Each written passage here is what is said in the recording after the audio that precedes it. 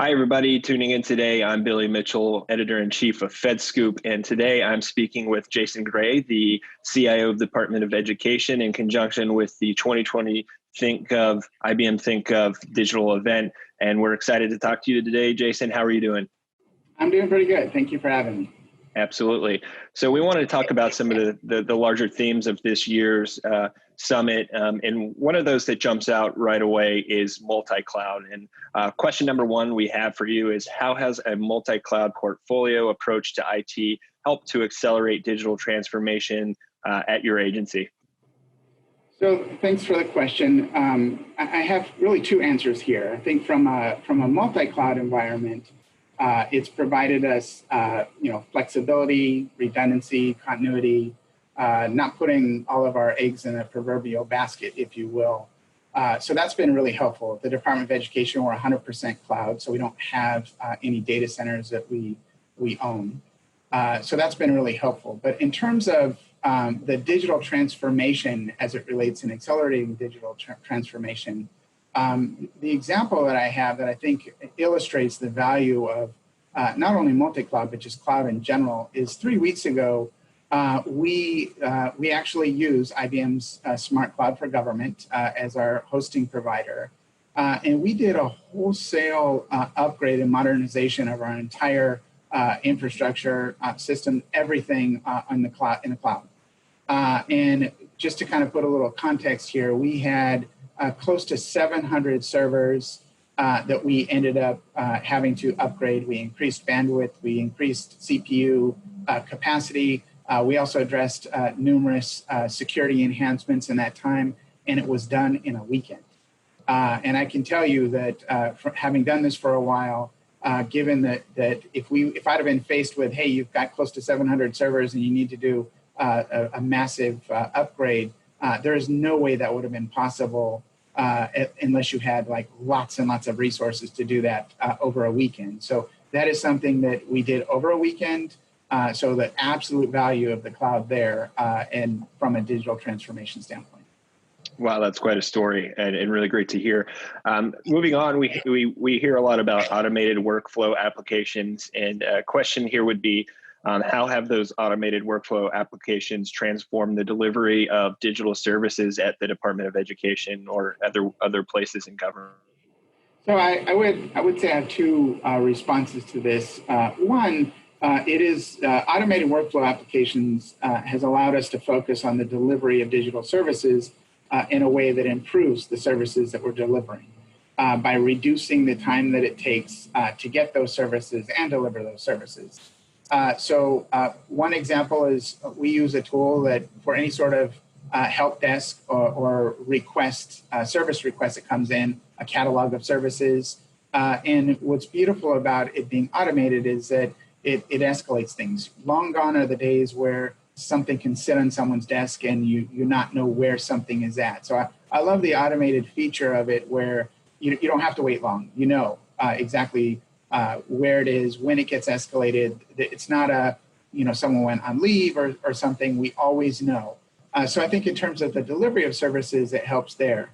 Another area that we've been working in, and we're not done yet, but I'm really excited with where it's going to go, is from an actual service delivery as it relates to the support that we provide for help desk.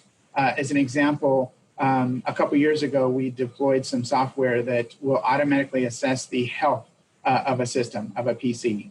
And what's great is we put a tune-up protocol in place where it automatically, if it detected that a system was not performing well, it automatically would go and say, okay, these are the things that we need to do. Without any human intervention at all, these are the things we're going to do to try to recover and improve the performance of that system, all behind the scenes, so the user is not aware of any of this. Up until the point where if for some reason the system even still does not improve, we can wipe and re-image the machine independently. Again, all automated, so it was more of a self-healing environment, which is where I would like to get to. We're not there yet, but through things like ML and AI and RPA, that's where I want us to get to from an automated workflow and work application and system. Great. And then obviously cybersecurity and security are still top priorities at your agency. So what are some of your top priorities when it comes to protecting government data at the Department of Education? Thank you. So first of all, yes, since I have been at the department, I have 5 focus areas, and cybersecurity is certainly one of them, the number one. It's always been.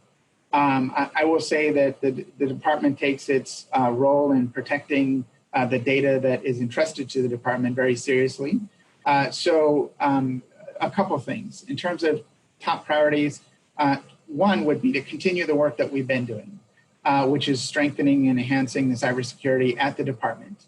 The focus has been on several things. One is our cybersecurity program. The other is the technology that we have. It's other the education that we provide to our customers and our users. Another is the policy that we have and the processes we have. So in terms of leveraging new technologies, we want to make sure that as new technologies come out that can strengthen and enhance the cybersecurity that we have, that we are leveraging that to the best of our ability. I also, as a co-chair on the Workforce Committee for the CIO Council, workforce is absolutely critical because we want to make sure that our workforce is trained when it comes to these are the things they need to do to secure the data that we have. And again, policy is making sure that we have the right policies in place and processes a continuous improvement. So that would be first, is to continue the work that we're already doing, because cyber is a lifelong journey, not just a one and done. The second priority would really be, again, very similar, but for the last almost 2 years now, we have been engaged with the education community, and that is something we had not done to the degree that we're actually doing now. Specifically, making sure that we are approaching it from really a 3-pronged approach. One, strategically in developing a framework and the foundation so that we have engagement regularly with whether it's higher education or K through 12 as it relates to cybersecurity. And this is a part of the Secretary's Rethink School initiative for strengthening and enhancing campus cybersecurity. But we want to make sure that we're developing those relationships and that framework so the department will always have that.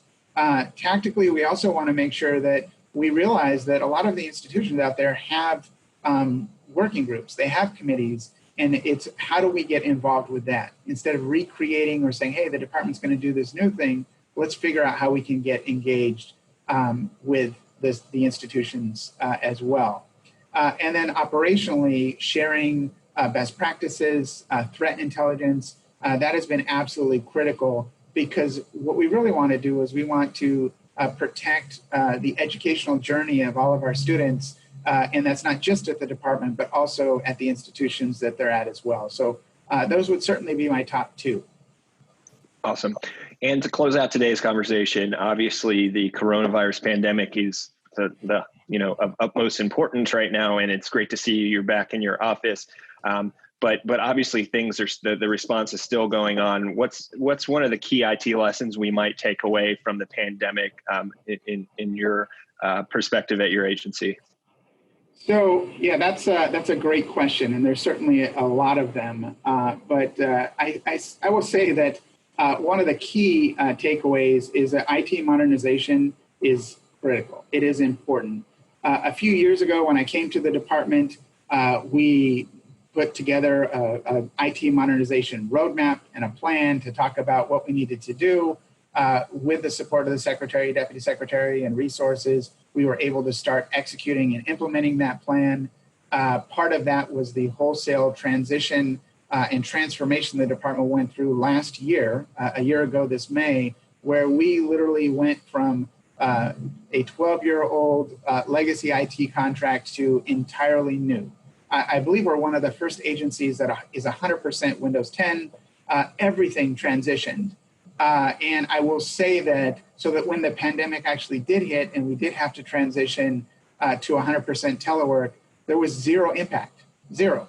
It was literally people went home, they took their computers, and we were able to operate and function just like normal. And I would attribute a lot of that, there's a lot more than just the technology piece, but I will say that the support that we've had and the work that the department has done in modernizing the technology we have enabled us to respond to the unknown. because that's the challenge, right? It's not being able to deliver the services that you're delivering today, ideally in a stable environment. Yes, you can do that, but it's also positioning yourself and your agency or organization to be able to respond to the unknowns of tomorrow, which in this case, I'm very impressed with the way all of government's been able to respond. But I would definitely attribute from a lesson learned, IT modernization is important, not just for today, but also for the future.